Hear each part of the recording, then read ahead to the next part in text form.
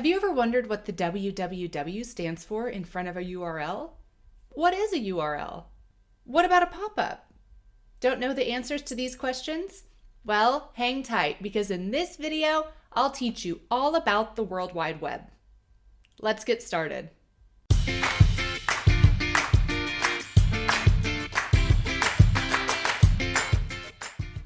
Welcome back to Lingoni English. My name's Emily, and let's get started with the first question.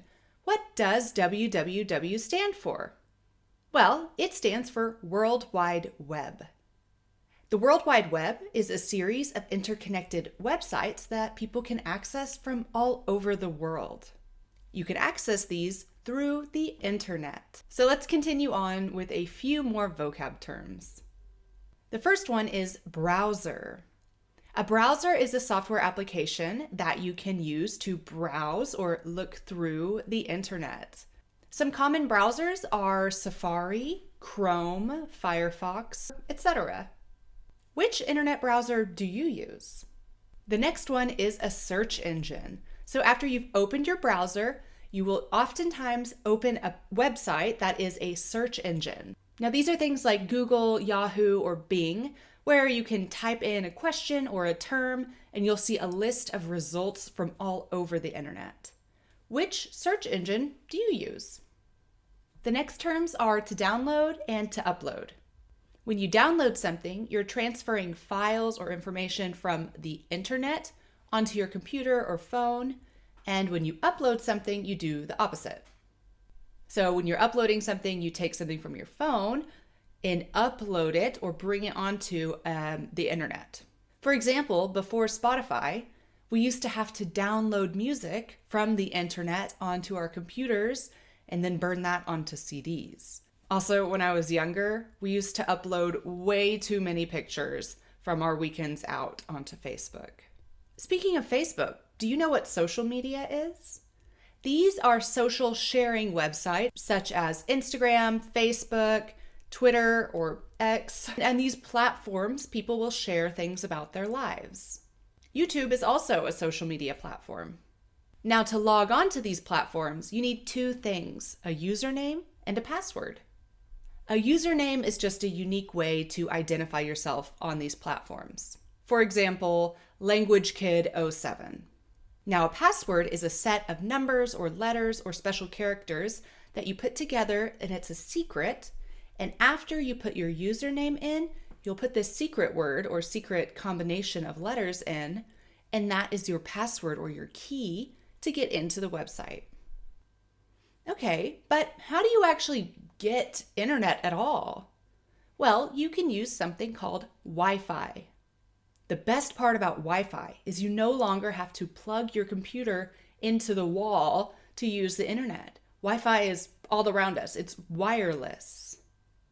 One way that I use Wi-Fi at home is streaming movies and TV shows. Streaming is now the most common way we consume movies and TV at home. We used to have a physical copy of something to watch it, but now you've got endless options at your fingertips.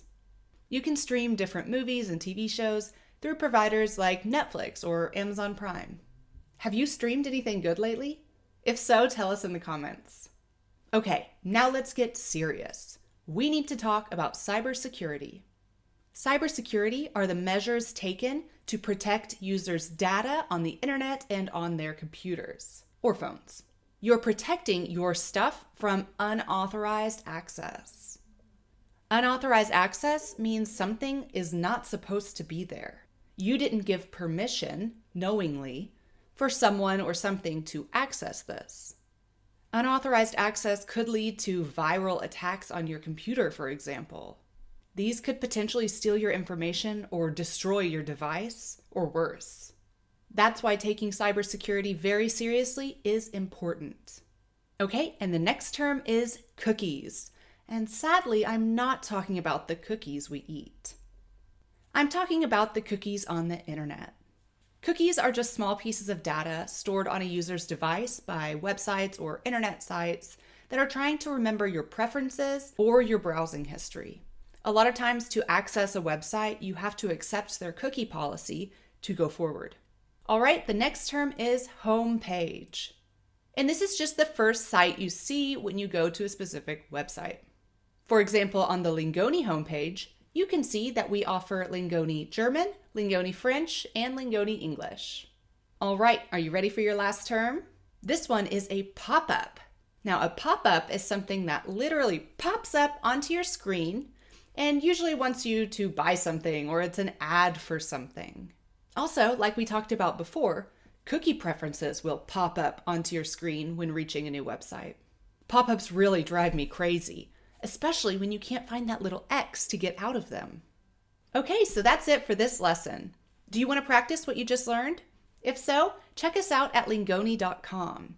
There you can find all kinds of English worksheets, interactive exercises, podcasts, and more, all the way from A1 to B2 levels to improve your English. You also can try us out with a 7-day free trial. So, what are you waiting for? We'll see you there.